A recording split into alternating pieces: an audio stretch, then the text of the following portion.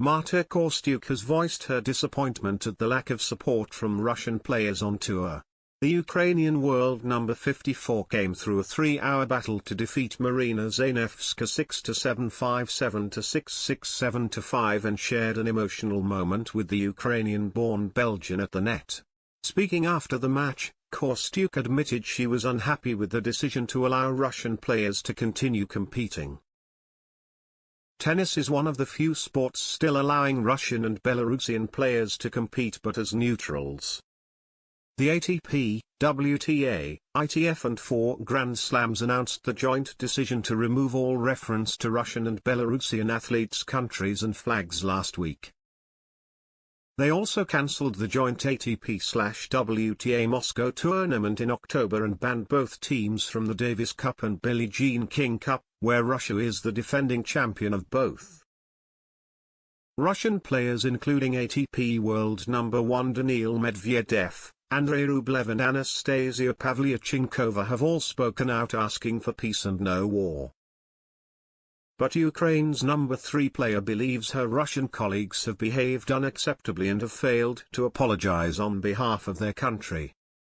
Speaking through tears at times in her post-match press conference, the 19-year-old said, "What is very disappointing is that no Russian player came to see me. None have told me they're sorry for what their country is doing to mine.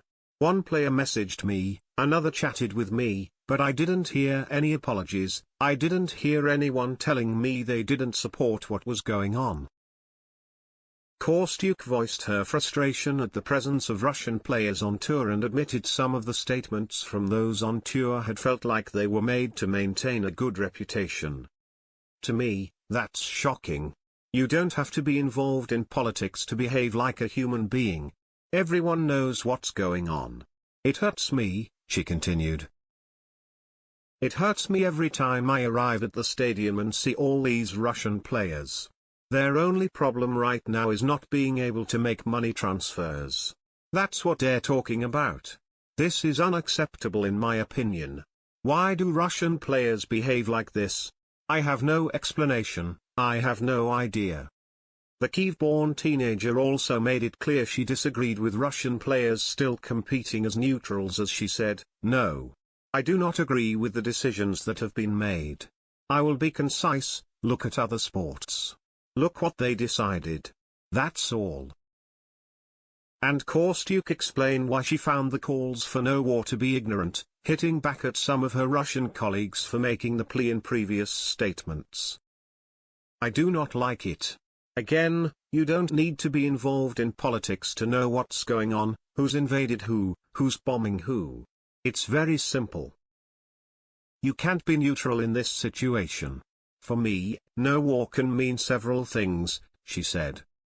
"For example, we, Ukraine, could end the war by giving up. But that was never an option. From day one, I knew it wouldn't happen because I had lived through the revolution and I knew that people wouldn't want to go the other way, which was to Russia." Condemning the statements that had been released by other players and tennis bodies, she continued, "To me, these releases don't make sense. They are empty. What do you want? Do you want Ukraine to lose? That Russia wins? That Russia loses? I will say it 100 times, Ukraine will never give up. We can lose, although I don't think so, but Ukraine will never give up." So today say no war, for me it means wanting Ukraine to give up. Because Putin will never stop, everyone knows how crazy he is. So we fight. And these press releases, they hurt me because they are meaningless. Kostyuk will next face 28th seed Elise Mertens in Indian Wells.